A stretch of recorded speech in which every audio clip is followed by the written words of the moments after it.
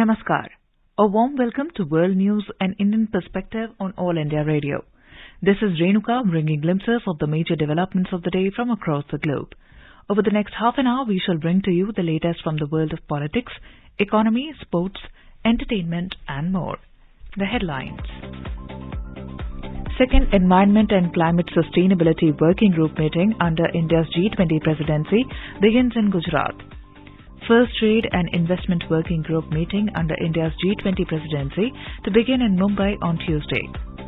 India's exports in merchandise and services to peak at $750 billion by 2022-23, says Minister Anupriya Patel. Singapore's Prime Minister Lee Hsien Loong reaches China on week-long visit to meet China's President Xi Jinping. Largest transport strike brings Germany to standstill. Sri Lanka's merchandise exports in February fell by 8%. In Afghanistan, at least 6 people killed and several others wounded in a suicide attack. And protests erupt in Israel over sacking of Defense Minister Yoav Gallant for criticizing judicial reforms.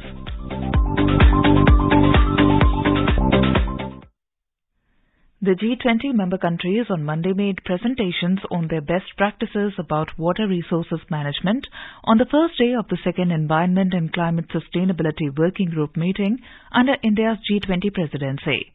The three-day meeting has been organized at Mahatma Mandir Convention and Exhibition Centre at Gandhinagar in Gujarat. Around 130 delegates from G20 member countries along with 11 invitee countries and 14 international organizations are participating in the three-day event. The meeting focuses on thematic areas like arresting land degradation, accelerating ecosystem restoration, and enriching biodiversity, encouraging resource efficiency and circular economy, and promoting a sustainable and climate-resilient blue economy. Earlier, talking exclusively to AIR News, Special Secretary, Department of Water Resources, River Development and Ganga Rejuvenation, Debashri Mukherjee said that the meeting mainly focuses on water resources management as it is very important in the context of climate change. She said G20 countries, including Italy and China, shared their best practices on water management. Ms. Mukherjee added that during the meeting, Italy shared its best practices on drought management, while China on groundwater management. More from a correspondent.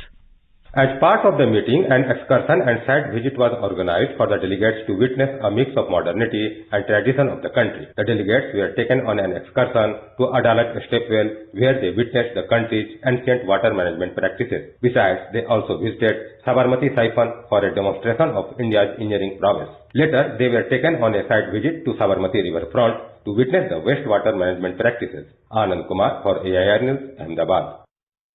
The first meeting of the G20's Trade and Investment Working Group will begin in Mumbai on Tuesday. Over 100 delegates from G20 member countries, invitee countries, regional groupings, and international organizations will engage in deliberations to accelerate global trade and investments. More from our Mumbai correspondent. The three-day meeting of G20's Trade and Investment Working Group is scheduled between 28th to 30th of March in Mumbai. Union Commerce Secretary Sunil Barthwal has said that the priority issues of this meeting are trade for growth and prosperity, trade and resilient global value chain, integrating MSMEs in global trade and logistics for trade. Jeevan Bhavsar, AIR News, Mumbai. Ramnagar in the Nainital district of Uttarakhand is ready to host the first G20 summit in the state from Tuesday. Around 70 foreign delegates will reach Ramnagar to discuss four agendas: the One Health opportunity to tackle the pandemic and disease control, coordination in global efforts enhancing reach to scientific knowledge, diversity, similarity, inclusiveness and reach in the field of science and technology, and inclusive, incessant and action-oriented global policy in regard to science and technology. Security has been tightened in the area in view of the summit and all arrangements are in place. The culture of Uttarakhand has been carved on the walls along the road so that foreign and Indian delegates should know it. The delegates will be served the traditional food of Uttarakhand also, along with modern food. The second G20 Infrastructure Working Group IWG meeting under G20 Indian Presidency is scheduled to take place at Visakhapatnam in Andhra Pradesh on the 28th and 29th of March. Around 63 delegates from G20 member countries, invitee countries and international organizations will participate in the meeting to further the discussions on the 2023 infrastructure agenda and follow up on the discussions held during the first IWG meeting held in Pune in January 2023. The flagship priority to be discussed in this meeting is financing cities of tomorrow, inclusive, resilient and sustainable, along with other priorities outlined in the 2023 infrastructure agenda. India's Health Secretary Rajesh Bhushan on Monday held a meeting with health secretaries of states and senior officers through video conferencing to review the preparedness for COVID-19. This high-level review meeting comes in the backdrop of a spike in influenza and COVID-19 cases in the country in the past weeks. Recently, the Union Health Secretary and the ICMR Directorate General, Dr. Rajiv Behel, issued a letter to the states and union territories' chief secretaries and senior health officers regarding keeping a close watch on the evolving causes of diseases related to the influenza virus. Last week, Prime Minister Narendra Modi also chaired a high-level meeting to assess the COVID-19 and influenza situation in the country. During the meeting, he assessed the preparedness of health infrastructure and logistics, the status of the vaccination campaign, the emergence of new COVID-19 variants and influenza types and their public health implications for the country. India's Civil Aviation Minister Jyotiraditya Scindia on Monday virtually inaugurated a direct international flight between Amritsar and Gatwick in England. The non-stop flight between Amritsar and Gatwick will be operated by Air India. Speaking on the occasion, Mr. Scindia said that this new international connectivity will work as a catalyst for the development of the region. He said, lakhs of people of Punjab live in the UK and this new service will connect families living in two different countries. Speaking on the infrastructure development at Amritsar Airport, Mr. Scindia said that the Union government under the leadership of Prime Minister Narendra Modi has assured the development of Amritsar Airport. The minister said this is the third connectivity between Amritsar and England and there are 6 international flights which are operational from Amritsar. India's State for Commerce and Industry Minister Anupriya Patel said the country's exports in merchandise and services would peak at $750 billion by 2022-23, as against over $650 billion in 2021-22. Ms. Patel inaugurated the 23rd edition of India Soft at Pragati Maidan in New Delhi on Monday. She lauded the country's research and development professionals for developing and perfecting over 70 new products that will be launched at the India Soft. She added, it reflects the country's achievements in the digital space and amplifies its resolution to become a developed country by 2047. The minister said that India will also share the technologies and devices developed with countries desirous of acquiring them. India's Coal and Mines Minister Prahlad Joshi on Monday said that the central government has initiated several steps to ramp up domestic coal production in the country to achieve self-reliance. The minister, in a written reply in the upper house, said 100% foreign direct investment has also been allowed for commercial mining. Domestic coal production has increased by 8.67% in 2021-22 over the previous year. He said, in the current financial year till February, domestic coal production has risen by 15% compared to last year. He further added that most of the coal requirement in the country is met through indigenous production and supply. Mr. Joshi said the focus of the government is on increasing the domestic production of coal and eliminating the non-essential import of coal in the country. The minister said that to achieve the target, an inter-ministerial committee has also been constituted for the coal import substitution. India's Finance Ministry on Monday informed that more than 2.13 lakh cases of cyber fraud have been reported in the country during the last 3 financial years. In a written reply to the lower house, Minister of State for Finance Dr. Bhagwat Karat said, from 2019 to 20 to 2021 to 22, more than 731 crore rupees were duped in cases of cyber fraud, which includes credit and debit card swapping, cloning and hacking cases of internet banking. He said, in order to prevent card and online frauds, the RBI has issued various instructions for security arrangements at ATMs, SIM swap frauds, loan frauds through the mobile application, and hacking of customer-related information from the bank server. In today's Hot Spot section, we bring you a news commentary on Prime Minister highlights on importance of organ donation. Prime Minister Narendra Modi has said the government is working on a uniform policy on organ donation, turning the spotlight on the issue of organ donation in the 99th episode of the monthly radio broadcast Mann Ki Baat on All India Radio Network. The Prime Minister said that a patient can now receive an organ in any part of the country as the domicile condition has been removed. Mr. Modi added that work is going on to formulate a uniform policy for the whole country to make organ donation easy and to encourage organ donation. With the abolition of the condition of state domicile for receiving organ donation, now the patient will be able to go to any state of the country and register to receive the organs. The government has also decided to abolish the age limit of below 65 years for organ donation. Hailing the virtue of organ donation, the Prime Minister noted that it creates a possibility for 8 to 9 people to get a new life. In India, organ donation increased from less than 5,000 cases in 2013 to more than 15,000 cases in 2022. The Prime Minister also spoke to a few persons who took the decision to donate organs. Mr. Modi richly lauded Sukhbir Singh Sandhu and Supreet Kaur from Amritsar, Punjab, who had wasted no time in deciding on organ donation after their 39-day-old baby, Ababat, lost all hopes of survival. The Prime Minister also shared the tale of Snehlata Chaudhary, a resident of Jharkhand. Snehlata Chaudhary had met with an accident at the age of 63 years.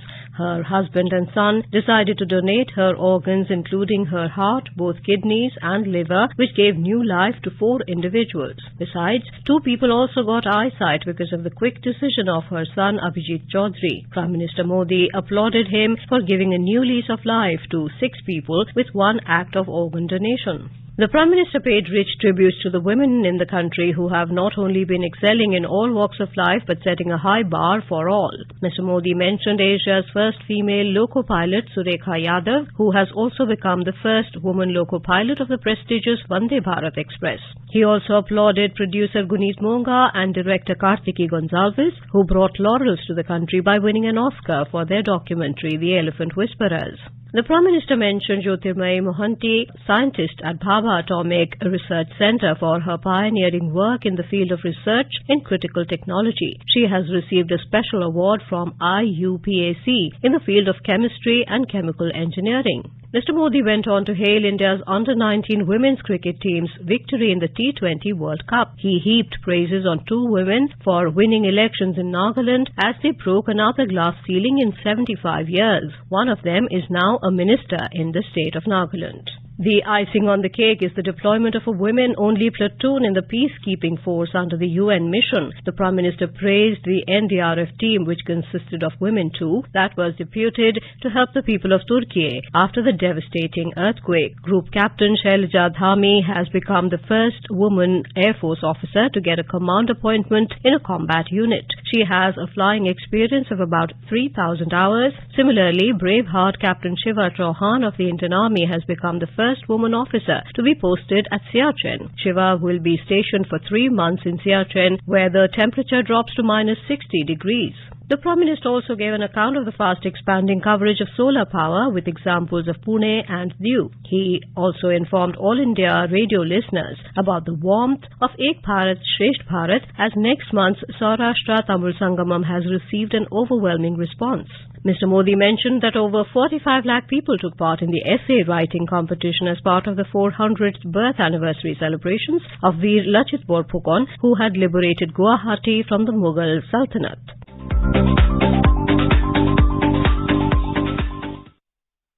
This is All India Radio giving you the world news. Singapore's Prime Minister Lee Hsien Loong has landed in Guangzhou for a 6-day official visit to China. He is accompanied by a delegation of about 50 officials. During his visit, Lee will meet Chinese President Xi Jinping, new Premier Li Qiang, and other high-level Communist Party officials. It is Li's first visit to China since COVID-19 broke out, though he met Xi in November last year on the sidelines of the Asia-Pacific Economic Cooperation Forum in Bangkok. Chinese Foreign Ministry spokesperson Mao Ning said that Singapore and China are friendly neighbors and important cooperation partners, adding that Beijing hoped to strengthen bilateral ties during Li's visit.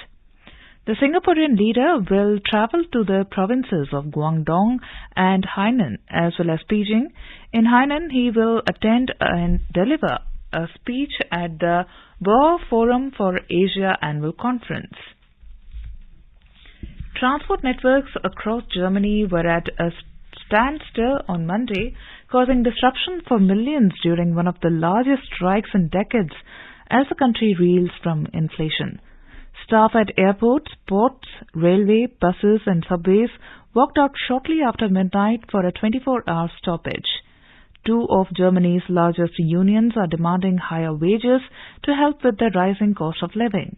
The 24-hour strikes have been called by the Verdi Trade Union and Railway and Transport Union (EVG). Verdi represents about 2.5 million employees across the public sector, including in public transport and at airports.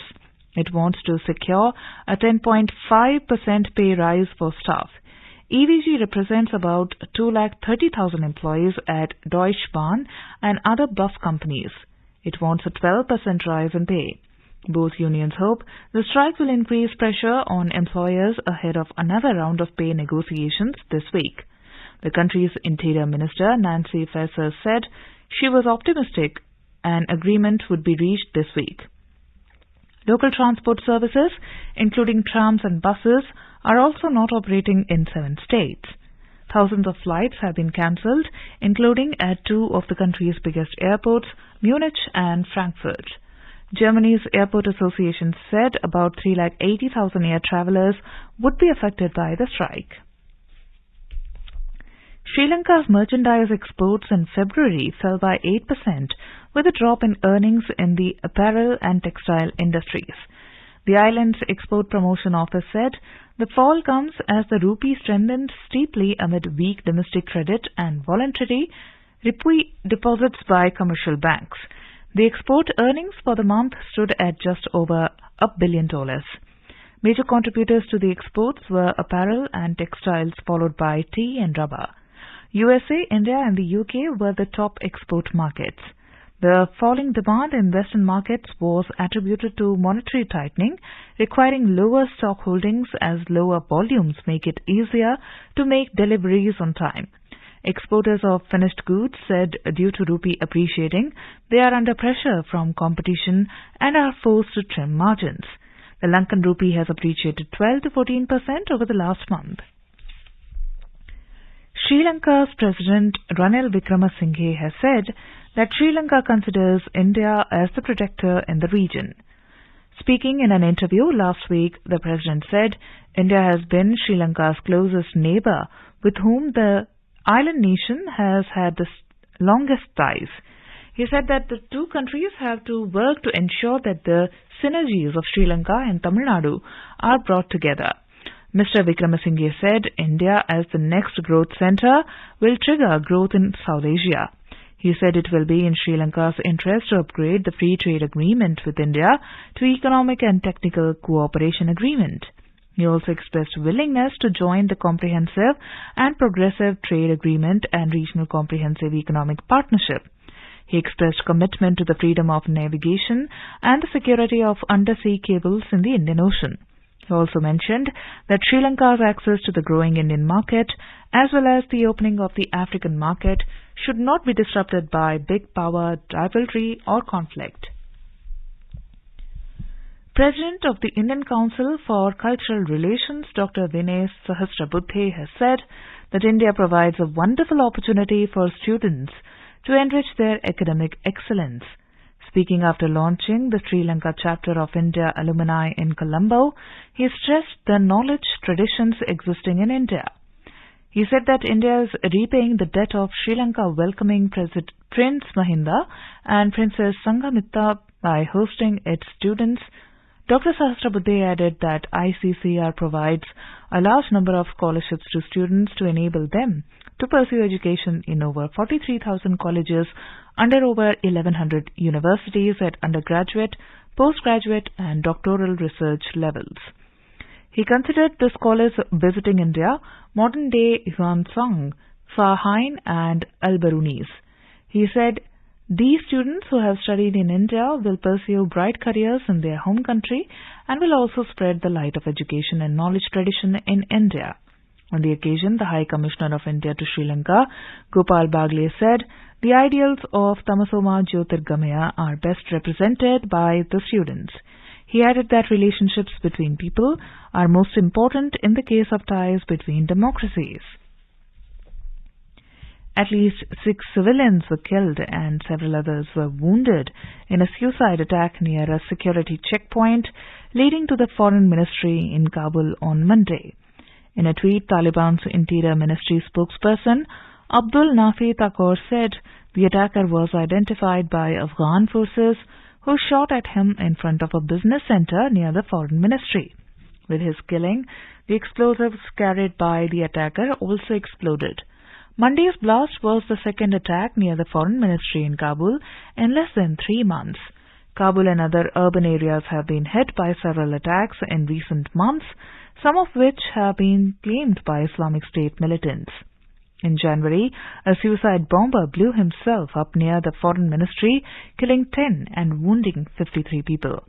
The Taliban administration has said that it is focused on securing the country and that it has carried out several raids against suspected Islamic State members in recent weeks. In Israel's sacking of Defense Minister Yoav Gallant over making a statement against the justice system reforms led to a protest in the capital city. On Sunday, in a brief statement, the Prime Minister's Benjamin Netanyahu's office said that PM has decided to relieve Yoav Gallant of his duties. It has led to massive protests wherein crowds took to streets across the country and even gathered outside Benjamin Netanyahu's home in Jerusalem. The defense minister, explaining his statement against the reforms, cited security concerns and people's protests in Tel Aviv against the proposed law. The new law gives more power to politicians and makes it harder for courts to remove a leader deemed unfit for office. The Foundation of SAARC Writers and Literature, FOSWEL, has conferred a special literary award on Bangabandhu Sheikh Mujibur Rahman posthumously for his trilogy The Unfinished Memoirs, The Prison Diaries and The New China 1952.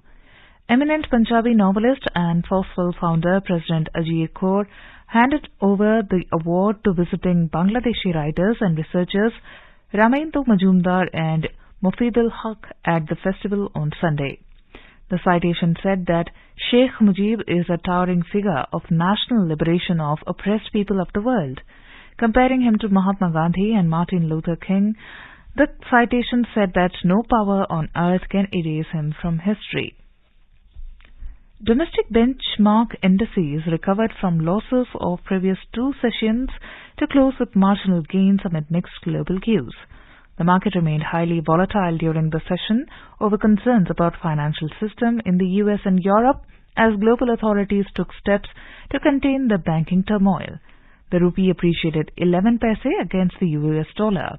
A report from the Business Desk. The Sensex surged 127 points or 0.22% to end at 57,654. Nifty also rose 41 points or 0.24% to settle at 16,986. Asian markets ended mixed as concerns persisted about the health of the global banking sector. Hong Kong's Hang Seng closed lower at 1.8%. China's Shanghai Composite declined 0.4% and South Korea's Kospi depreciated 0.2%. However, Japan's Nikkei 225 rose 0.3% and Singapore's Straits Times was up 0.8%. European markets were trading on firm footing in intraday trade as global authorities took steps to contain the banking turmoil, dispelling some of contagion fears. Oil prices rose as concerns over turmoil in the banking sector eased, while comments by Russian President Vladimir Putin over the weekend ratcheted up geopolitical tensions in Europe. In intraday trade, Brent crude was trading at around $75.82 per barrel. Back home, gold price at multi-commodity exchange for April contracts was trading at around 58,690 rupees per 10 grams.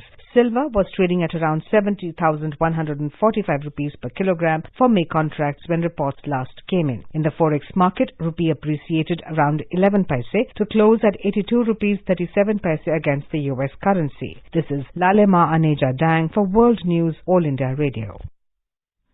Sri Lanka's Minister of Ports, Shipping and Aviation, Nimal Siripala De Silva, has said that the ferry service between Karaikal and Kanakasendurai will commence next month. The minister said the first ferry line of the new service on this route is scheduled to call on the port of Kanakasendurai, KKS, on the 29th of April. He said the passenger terminal is built on the KKS port for the new ferry service. He added that Sri Lanka Ports Authority has provided a financial facility of 14.4 crore Lankan rupees for the construction. The construction of passenger terminal has already been initiated by the Sri Lankan Navy and will be handed over after completion to the Sri Lankan Ports Authority by the second week of April. The ferry will carry up to 150 passengers at a time and will take around 4 hours to reach the destination. Bangladesh continued its winning spree, defeating Ireland by 22 runs by the DLS method in the first T20 international cricket match played at Zahoor Ahmed Chaudhry Stadium at Chattogram on Monday. Playing first, Bangladesh scored a big score of 207, losing 5 wickets before the rain disrupted play after 19.2 overs. Consequently, using the DLS method, the target was revised down to 104 to be scored in 8 overs to win the match. Roni Talukdar scored 67 of 38 balls in the impressive score set by Bangladesh. Liton Das made a quick fire 47 of 23 balls and Shamim Hussain made 30 of 20 balls. Ireland started off well, scoring 32 runs in the first 3 overs. The flow was paused when pacer Hassan Mahmood removed Adair in the 3rd over. Taskin Ahmed proved devastating as he claimed 3 wickets in the 4th over to knock the Ireland team down. He got another wicket in the next over, finishing with 4 for 16. Now let us take a look at the major developments around the world as reported in the foreign press. The Guardian writes EU Foreign Policy Chief Josep Borrell threatened sanctions after Russia's Vladimir Putin announced that Belarus would host Russian tactical nuclear weapons. The New York Times reports Israel boils as Netanyahu ousts minister who bucked court overhaul. The Globe and Mail reports the U.S. Supreme Court turns away challenge to steel import tariffs imposed under Trump. Le Monde writes French crisis produces European incomprehension. The Straits Times reports Prince Harry and Elton John are among 7 claimants to launch a lawsuit against Associated Newspapers, the publisher of the Daily Mail. CNN Business Report says strikes in Germany disrupt flights and trains, paralyzing Europe's biggest economy. And now, before we end, let us take a quick look at the headlines once again. Second Environment and Climate Sustainability Working Group meeting under India's G20 presidency begins in Gujarat. First Trade and Investment Working Group meeting under India's G20 presidency to begin in Mumbai on Tuesday. India's exports and merchandise and services to peak at $750 billion by 2022-23, says Minister Anupriya Patel. Singapore's Prime Minister Lee Hsien Loong reaches China on week-long visit to meet China's President Xi Jinping. Largest transport strike brings Germany to stand still. Sri Lanka's merchandise exports in February fell by 8%. In Afghanistan, at least 6 people killed and several others wounded in suicide attack. And protests erupt in Israel over sacking of Defense Minister Yoav Gallant for criticizing judicial reforms. And now, before we end, let us listen to Mahatma Gandhi's favorite bhajan, Vaishnava Jan, by artists from Mauritius.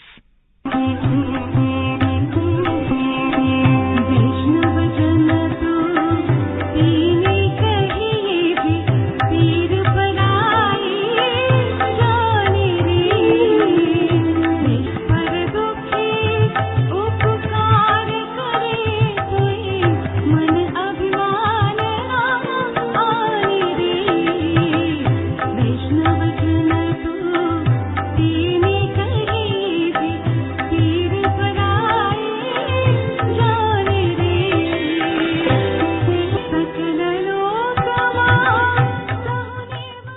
with that, we end this bulletin. We'll be back at the same time tomorrow with the next edition of World News.